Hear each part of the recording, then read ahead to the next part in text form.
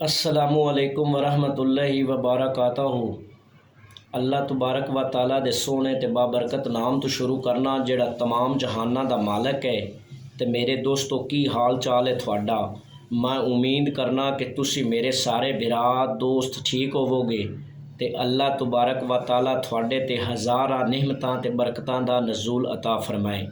ते दोस्तों जिहड़ी अज दी कहानी जिहड़ा अज दा वाक़या है ना वो बड़ा अजीबो गरीब है ते एक हादसा है।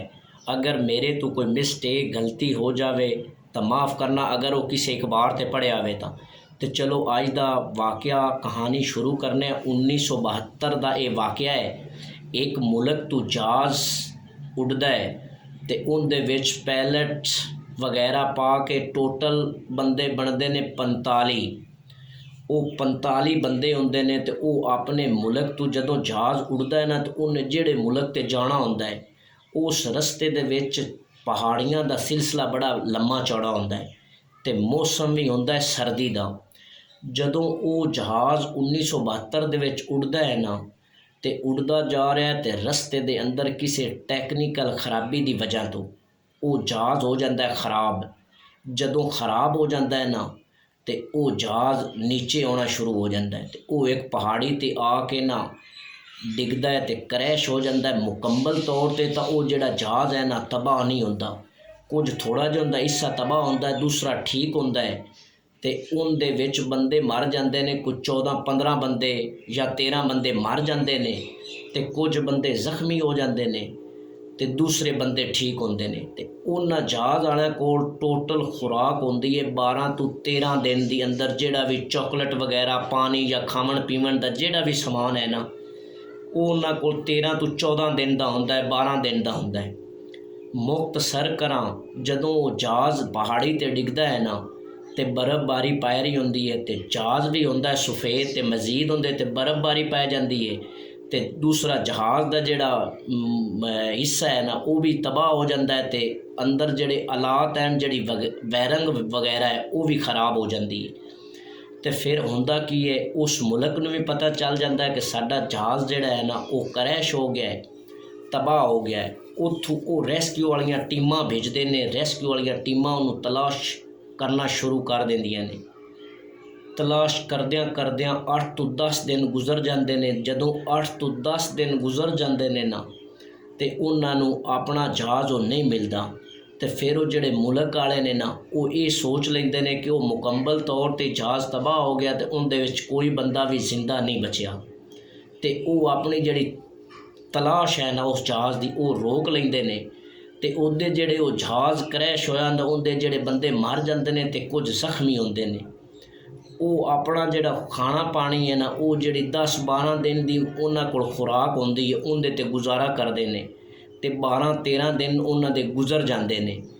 ते जदों गुजर जाते हैं ना उस तो बाद फिर वो आपस दे विच सलाह मशवरा करते हैं कि खुराक अपने कोलों समान खावन पीवन वाला ख़त्म हो गया तो हुण आपां नूं की करना चाहिए।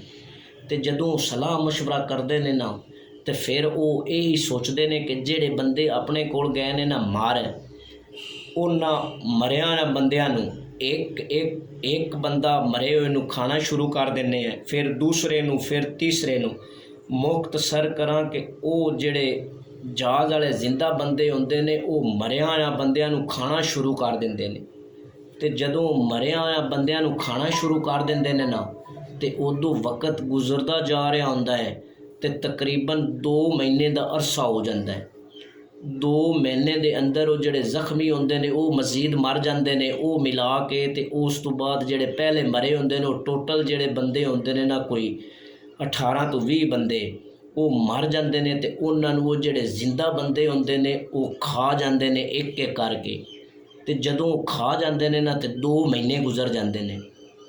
2 तो भी तकरीबन 60-65 दिन हो जाता है। तो वो जिहड़े बकाया बंदे 18-20 बचते हैं बंदे उन्हां चों वो आपस से सलाह मशवरा करते हैं की करना चाहिए। तो उन्हां दे विच जो 2 मजीद जिहड़े नौजवान बड़े बहादुर होंदे ने वो उन्हां नूं सलाह दिंदे ने कि क्यों ना असी इस पहाड़ी तो थल्ले उतरीए तो कोई करीबी जिहड़ा कस्बा है ना कोई पिंड उत्थे जाके ना तो मदद लवीए। ਤੇ ਉਸ ਪਹਾੜੀ ਦੀ ਉਚਾਈ ਕਿਤਨੀ ਹੁੰਦੀ ਹੈ, ਤੁਸੀਂ ਇਹ ਸੁਣ ਕੇ ਹੈਰਾਨ ਹੋ ਜਾਣਾ। ਉਸ ਪਹਾੜੀ ਦੀ ਉਚਾਈ ਹੁੰਦੀ 11,700 ਤੇ ਕੁਝ ਫੁੱਟ। 11,700 ਕੁਝ ਫੁੱਟ ਉਸ ਪਹਾੜੀ ਦੀ ਬੁਲੰਦੀ ਹੁੰਦੀ ਹੈ। ਤੇ ਉਹ ਜਿਹੜੇ ਦੋ ਨੌਜਵਾਨ ਹੁੰਦੇ ਨੇ ਨਾ, ਉਸ ਪਹਾੜੀ ਤੋਂ ਉਤਰਦੇ ਨੇ ਤੇ ਉਹਨਾਂ ਦੇ ਕੋਲ ਕੋਈ ਸਮਾਨ ਉਤਰਨ ਵਾਲਾ ਨਹੀਂ ਹੁੰਦਾ, ਕੋਈ ਉਹਨਾਂ ਕੋਲ ਕੋਈ ਚੀਜ਼ ਨਹੀਂ ਹੁੰਦੀ। ਉਹ ਬਾਰਕੈਫ ਉਤਰਦੇ ਨੇ ਤੇ ਅੱਲਾ ਦੀ ਕਰਨੀ ਐਸੀ ਹੁੰਦੀ ਹੈ ਕਿ ਉਹ ਸਹੀ ਸਲਾਮਤ ਉਸ ਪਹਾੜੀ ਤੋਂ ਉਤਰ ਆਉਂਦੇ ਨੇ। 11,700 ਤੇ ਕੁਝ ਫੁੱਟ ਦੀ ਉਹ ਪਹਾੜੀ ਹੁੰਦੀ, ਉਹਦੇ ਤੋਂ ਉਤਰ ਆਉਂਦੇ ਨੇ। ਤੇ ਫਿਰ ਉਹ ਕੀ ਕਰਦੇ ਨੇ, ਫਿਰ ਉਹ ਕਿਸੇ ਪਿੰਡ ਨੂੰ, ਕਿਸੇ ਕਸਬੇ ਨੂੰ ਤਲਾਸ਼ ਕਰਦੇ ਨੇ। ਤੇ ਤਲਾਸ਼ ਕਰਦਿਆਂ ਕਰਦਿਆਂ ਉਹਨਾਂ ਨੂੰ ਜਨਾਬ 60 ਤੋਂ 61 ਕਿਲੋਮੀਟਰ ਪੈਦਲ ਚੱਲਣਾ ਪੈਂਦਾ ਹੈ। 60 ਤੋਂ 61 ਕਿਲੋਮੀਟਰ ਪੈਦਲ ਚੱਲ ਕੇ ਤੋਂ ਕਸਬੇ ਦੇ ਵਿੱਚ ਜਾਂਦੇ ਨੇ। ਤੇ ਉੱਥੇ ਕਸਬੇ ਦੇ ਵਿੱਚ ਜਾ ਕੇ ਤੇ ਆਪਣਾ ਸਾਰਾ ਵਾਕਿਆ, ਸਾਰਾ ਹਾਲ ਸੁਣਾਉਂਦੇ ਨੇ। ਤੇ ਉੱਥੋਂ ਫਿਰ ਰੈਸਕਿਊ ਦੀਆਂ ਨਾਲ ਟੀਮਾਂ ਲੈ ਕੇ ਆਉਂਦੇ ਨੇ। ਤੇ ਮਜ਼ੀਦ ਜਿਹੜੇ ਬੰਦੇ ਉਹ ਜਹਾਜ਼ ਦੇ ਜ਼ਿੰਦਾ ਹੁੰਦੇ ਨੇ ਉਹ ਬਚਾ ਲੈਂਦੇ ਨੇ। ਤੇ ਉਸ 45 ਬੰਦਿਆਂ ਦੇ ਵਿੱਚੋਂ ਕਮੋ ਬੇਸ਼ 16 ਜਾਂ 17 ਬੰਦੇ ਉਹ ਜ਼ਿੰਦਾ ਬਚਦੇ ਨੇ। ਤੇ ਦੂਸਰੇ ਜਿਹੜੇ ਬੰਦੇ ਹੁੰਦੇ ਨੇ ਉਹ ਸਾਰੇ ਮਰ ਜਾਂਦੇ ਨੇ। ਤੇ ਮਰਿਆ ਹੋਇਆਂ ਨੂੰ ਉਹ ਜਿਹੜੇ ਜ਼ਿੰਦਾ ਬੰਦੇ ਹੁੰਦੇ ਨੇ ਉਹ ਖਾ ਕੇ 70-72 ਦਿਨਾਂ ਦੇ ਵਿੱਚ ਉਹ ਗੁਜ਼ਾਰਾ ਕਰਦੇ ਨੇ।